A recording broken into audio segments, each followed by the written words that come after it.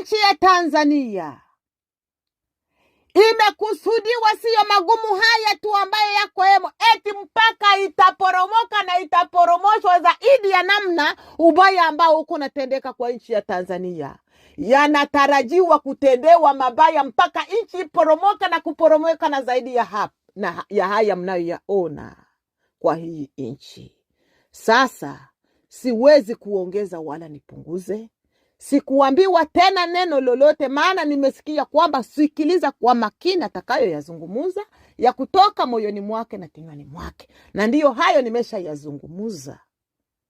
Basi nikajua mesaji nimeipata na kuielewa. Nami nimekuja kwa siku ya leo ili niweze kusema mambo haya au meseji hizi tatu.